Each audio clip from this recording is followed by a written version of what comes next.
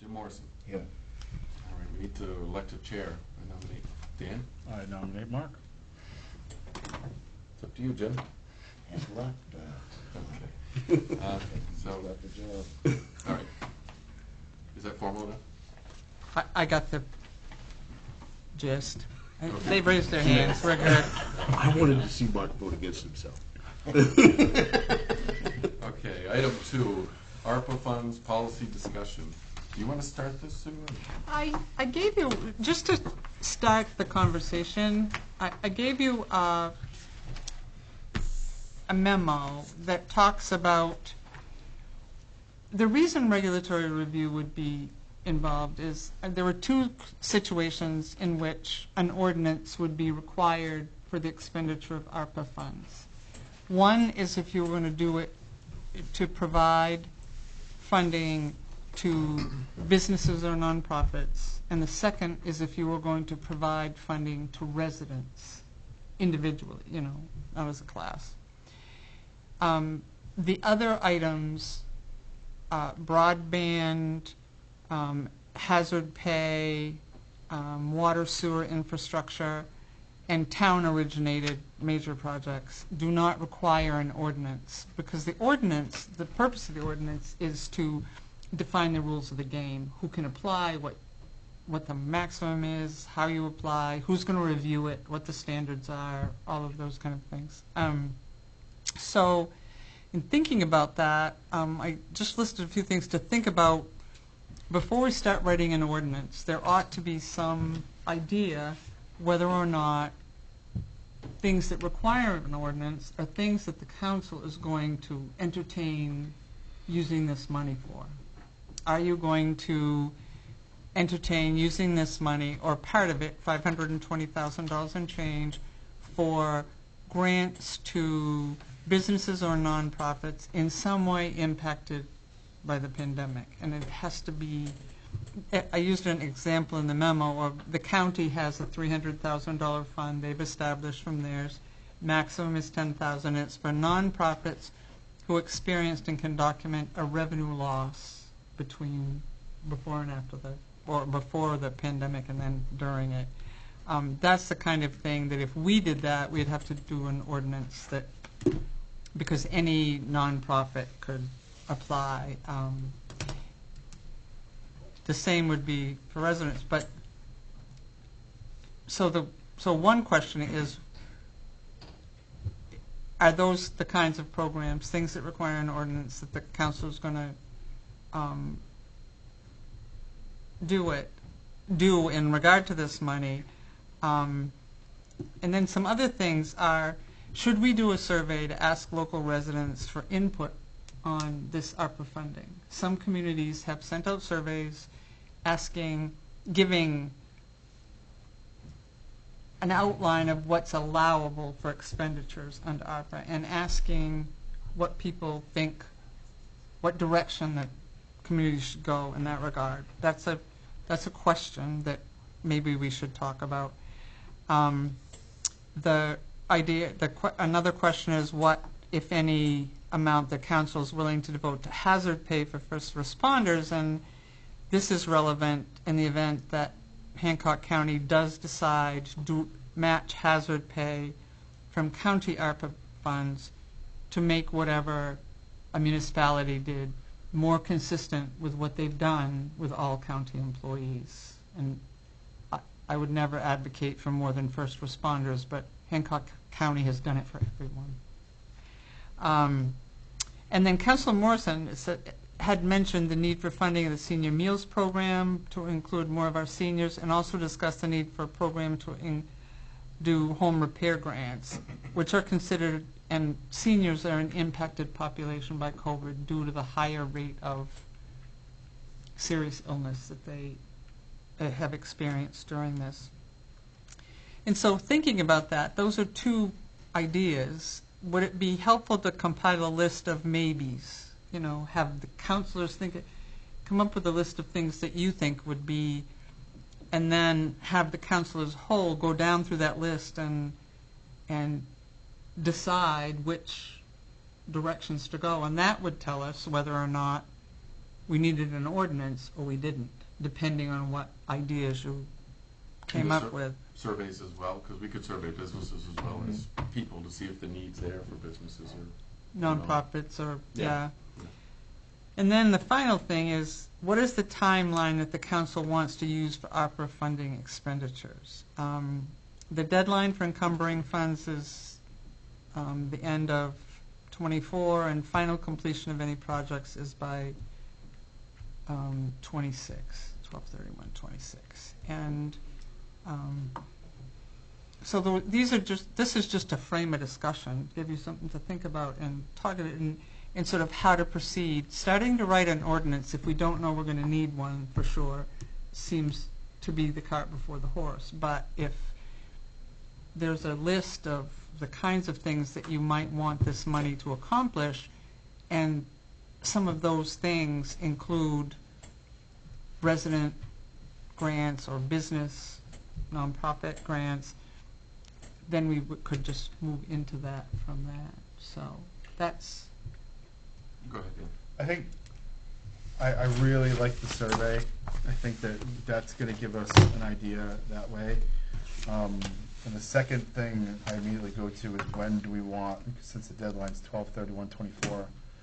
I don't think we need to rush it, but at the same time, like, do we have places right now that are in dire need of assistance because of COVID? And maybe we look at those first. I don't disagree. And it would seem, this isn't quite even over, so, No. It would make sense to maybe get into next year before we spend any big sums. I agree with the hazard pay, but the survey could also include infrastructure projects, whether it be the waterfront or what, Yep. to get some sense as to what the community would prefer to see us use it for. Rich has some that are COVID-related that he is... Yes, the big one I'm looking at is the marina, and if you've seen what's going on in Bangor, they didn't have any docks. They had a couple, but their major docks for their project that they did up there was up in Canada, and they just came in. They're just putting them in the water now. So we took some overflow from Bangor at our marina this year. We're at capacity. Any storm right now is breaking too. So the council allocated $100,000 so that we could fix 10 main floats. The mains are what, if you don't have mains, you don't have a marina. So that's the main body that you walk on. We had a storm where a spout came through and took a helix. It's a helix weighted system that goes into the ground that keeps it in there, and it gets buried deep into the ocean floor. That storm was so powerful that it ripped this helix system out. Our sea docks broke in half, and we had to add a change order to what you approved so that we could have those fixed, because those boats then had to move off of the marina to the town dock because it was not safe. They weren't even connected. We were able to get those fixed in 5 days from over July 4th weekend and get them put back together. Then we had another storm. We lost another 2 floats. So the floats are over 20 years old, and if you lose floats, you lose business. Part of COVID, what they're asking everyone to do is do more activities outside. Be outside. When you're at a marina, you're at a dock, you're typically by yourself. It's a safe activity. I see it a lot going ATV riding as well. You guys had a pretty big, you filled it this year, right? It's completely full with a very long waiting list, and I told our harbor master we can no longer expand until all the docks get replaced, because all that's happening is we're taking older docks, putting them at the end, and they're breaking. So yes, it's great to have them, but now those people are not even on the marina anymore. They're actually sitting on a mooring ball because their weight is shifting and pulling. I was down there when I was the only employee able to work on a Sunday a couple weeks ago, and the hurricane was coming up through, and at one point the docks over there were up out of the water, and I'm like, I'm one person and I can't. So the system is failing on what we have because it's 20 plus years old. Mike came up with some figures for you on what it would cost to replace. When the marina personnel was building them, it was $21 a square foot. When we hired them out, and at the height of the material costs going on right now, it's $32.50 a square foot. We need to replace, for the whole marina to be completely replaced after what the council has given us as well, 29 more floats. And that's and the anchor replacements to go with them, because again, they've been pulled out. A grand total of $200,580 on top of what you've already allocated would have the entire marina. The oldest floats would be 1 year old. Again, going into next year would be 2 years old, would be the oldest floats. What's that number again? $200,580. And what we plan on doing in the interim as well is we have looked at the rates that we've been charging for the same amount of years. We are considerably lower than everyone else. But to help try to offset this for future is we're looking at raising our prices next year. Nothing exorbitant. It's 8%, possibly 9% in some instances, because we offer a great product at an extremely fair price, and even with the raising, it's still very fair. There's no one who comes close to us in gas price, no one who comes close to us in diesel price, no one who comes close to us on what to charge the cruise ship. We're one of only a couple places that takes their rubbish. We're up over $13,000 from this year's cruise ships. We still have one last visit on the 14th. We'll make about $15,000 this year on the cruise ship. We've had a catamaran that's been on the town dock all year, all season. We made some good money off of them, and then plus with all the floats that we've had a great season down there, minus the repairs that we've had to do. But if we lose the marina, that's one less activity you can do during an outbreak, during COVID, and then those customers that we've just gotten from Bangor who actually like it down here better, just go to Bangor. We lose our customers, they go to Bangor, then we got to start fresh again. Okay, if we had not gotten this money, where financially does the marina stand in regard to making the necessary repairs? You're telling us are definitely dire need necessary repairs. Where did the marina stand financially in regard to having to replace those? In regards to having to, or And what do they have available funds now that they could use to replace things that are just the necessities? we've got a repayable a waterfront a marina reserve account essentially that's used to pay for that. That was funded by the council. So based off of the years that the council has owned, the town has owned the marina, there was a surplus each and every year. But I don't know what this year's final figures were. The season ended on June 30th, and we have the marina works on a January to December, and the municipality runs on a July to June. So it's hard to compare where you're at now because we still take in a lot of revenues because the marina opens May 15th. So if you're taking in revenues from May 15th to June 30th, that's not necessarily all of our revenues because our biggest and busiest time is July and August. So those numbers haven't been computed at this point to give you an answer that would be accurate. So that's just a figure I could get for the council is what we've made and what we've spent. The amount of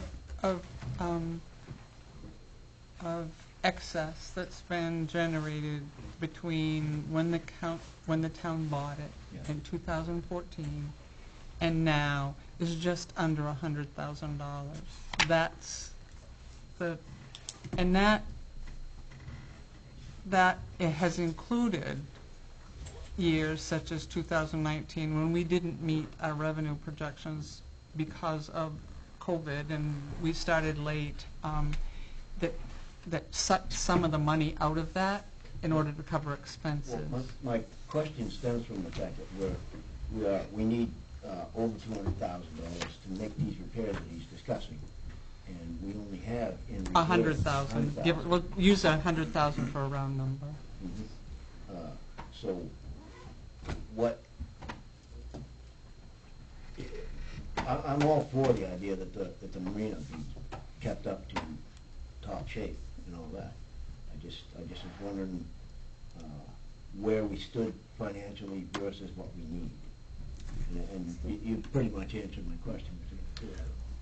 Thank you. Yeah, at the time the council talked about it's more of a loan to the marina than it is anything else because the funds that are used from town funds go back to it over time as the marina generates.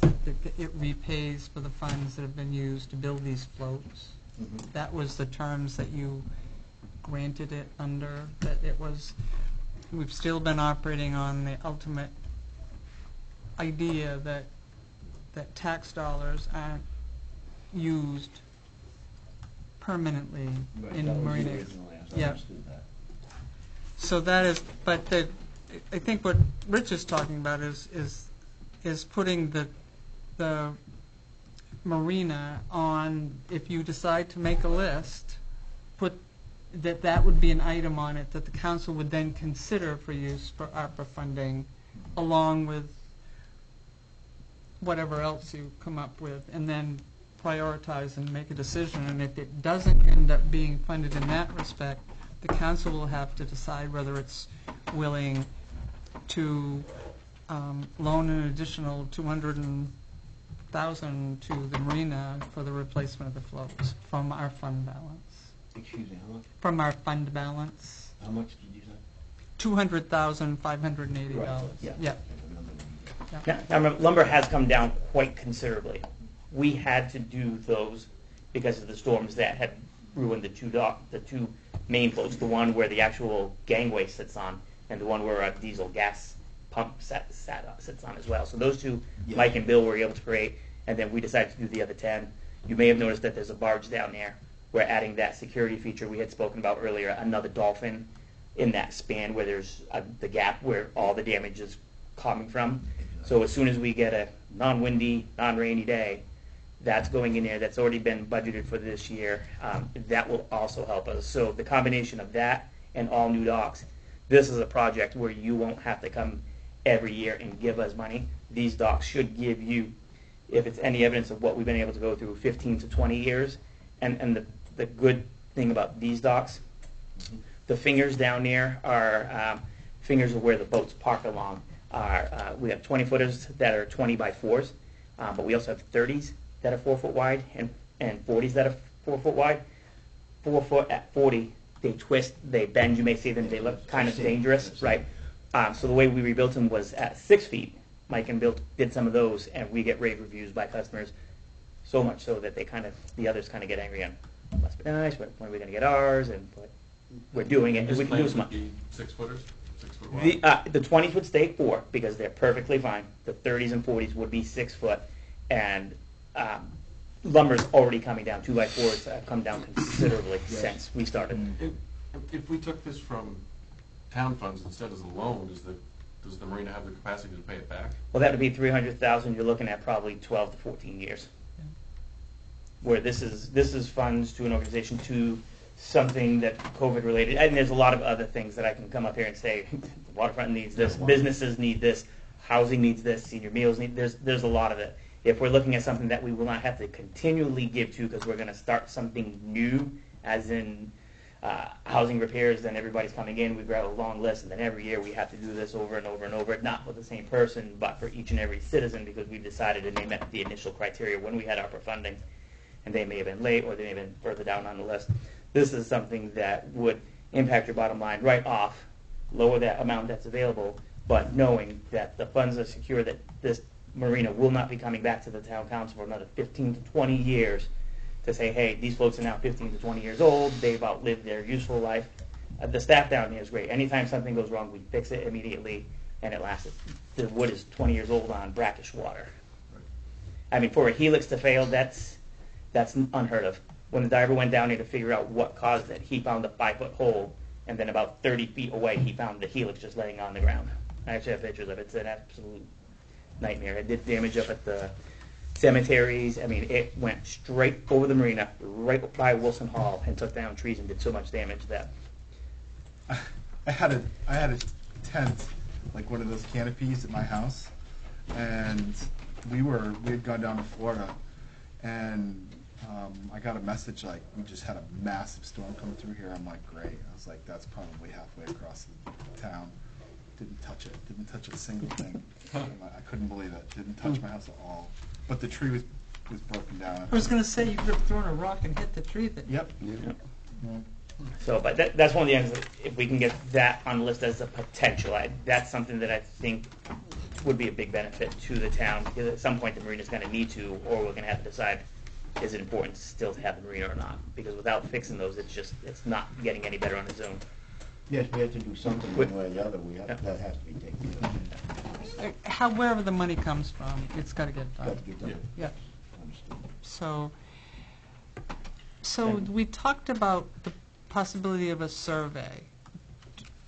Do you want to brainstorm for possibles and then put it out as a survey as to what the community supports of those ideas? Or do you want to ask people for the parameters of this funding are so Great. difficult for anyone to follow in term, other than broadband has its, anything that's a definite that you can see, but then this, impacted populations and revenue loss for, you start to stray down the road of,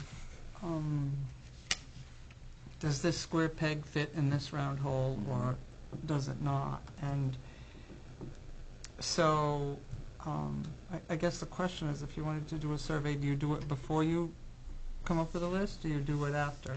After. Well, the only worry after is, do we get a lot of things that don't even fit, Well, that, my Comment concern is section. asking people who aren't familiar with the rules. I was gonna make that point. Let me say first that I have not read the federal regulations and Yeah. guidelines. I haven't read those yet. I've read the information that came to Yeah. us through the town. But I would say probably familiarizing ourselves with what the federal is gonna allow first of all. And I would, it's still an interim rule. The federal guidelines are still interim. They have not been finalized. So they could be changed. That's your The- concern? Could or will. Well, I'm just saying that's just the Right after we caveat make some here. decisions, will be Seems like it changed. would be a good idea to get some paddles if we're gonna be up this screen, So, Or make a list and wait for the interim to go final and then put it out. And then leave an open, section where other, other Yeah. ideas that people have, so that they can put in other. Yeah, because if, once the rule is final, then there's also a document that's frequently asked questions on the federal guidelines that's like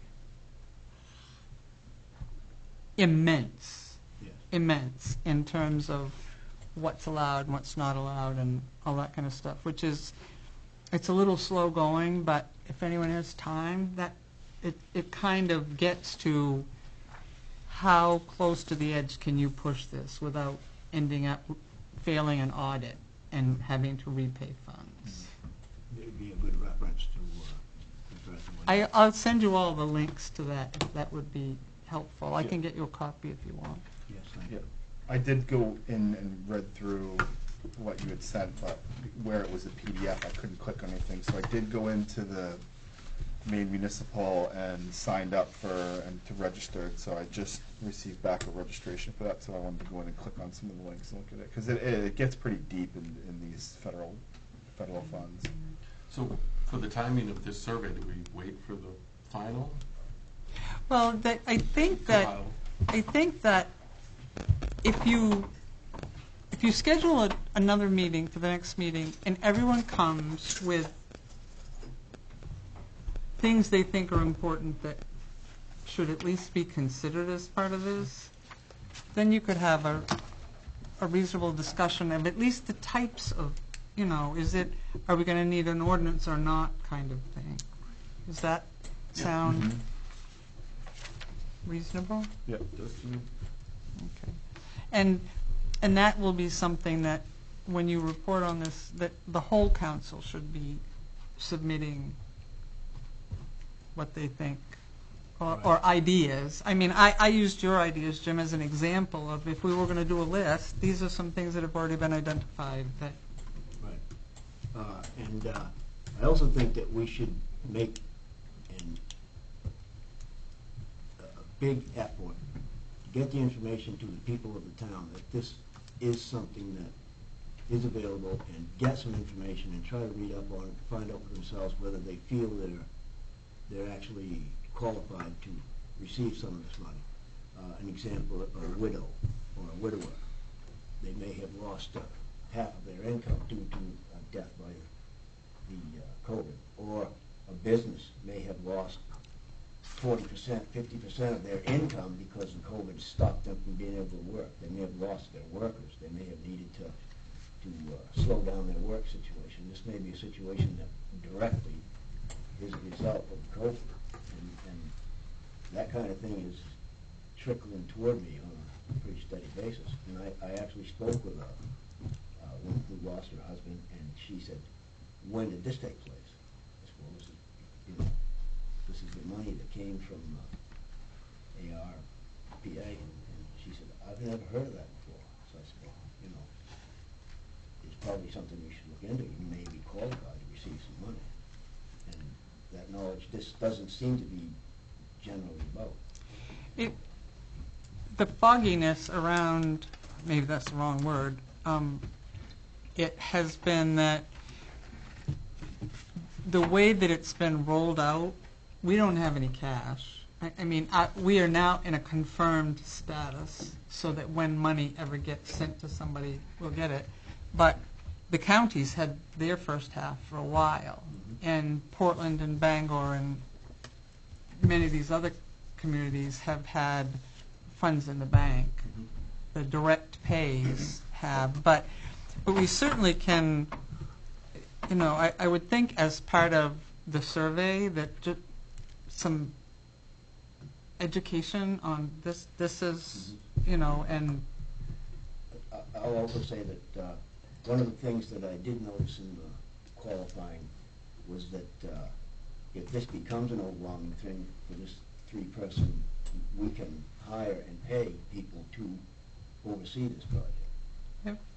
And there's that possibility that some of the money could be put into that to help. If it does get overwhelming, if we all of a sudden are sitting here with a pile like this of things we've got to go through. And that will be driven by the decisions the council makes of the kind of projects that you want to spend the money on. If it's something that's a lot of applications from businesses or nonprofits or residents and that kind of stuff, that will need extra staff time. Yeah. If it's we're going to build the floats, that's a contract.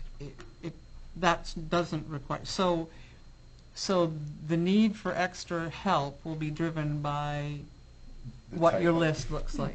Yeah. And that's like when we first talked about this with the ESSER funding through the schools. That's one thing that we just want to be aware of, is that the smaller increments we put this money out, the much more manpower and time and effort that goes behind it.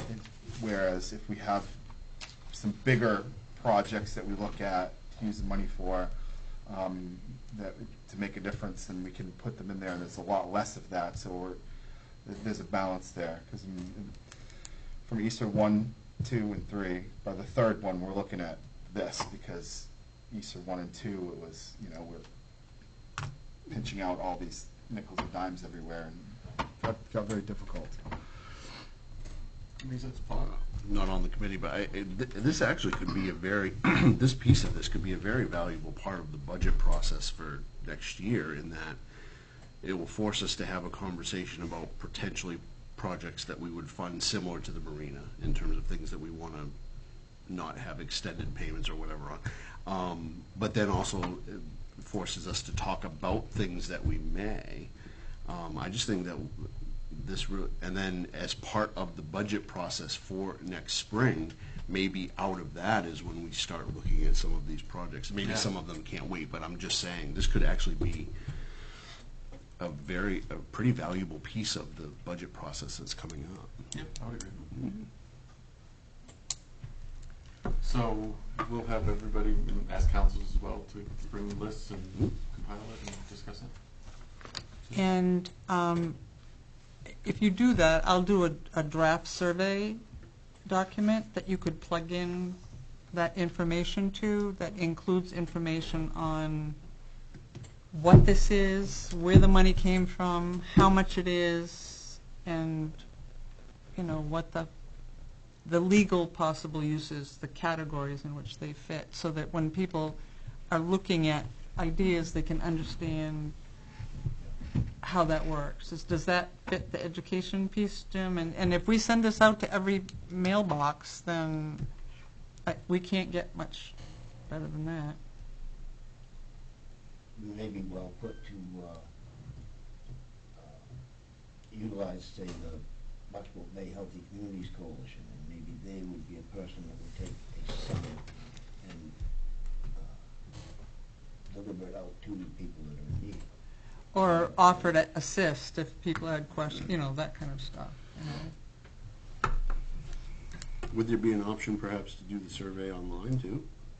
The reason I asked that question, obviously, that might make it easier for a good many people, but that would also be an opportunity where you could provide some of the links to what Jim was talking about a moment ago in terms of here are some of the places you can do to do some of your own research on. Here's the difficulty with an online survey. That's what I asked. Yeah. Which is limiting who does it. I'm not To saying only exclusively, people but, that- yeah. As long as, on that subject, as long as we're putting out the maximum amount of information that we can to get the people informed and to let them know that they may have a chance to recover some of their losses.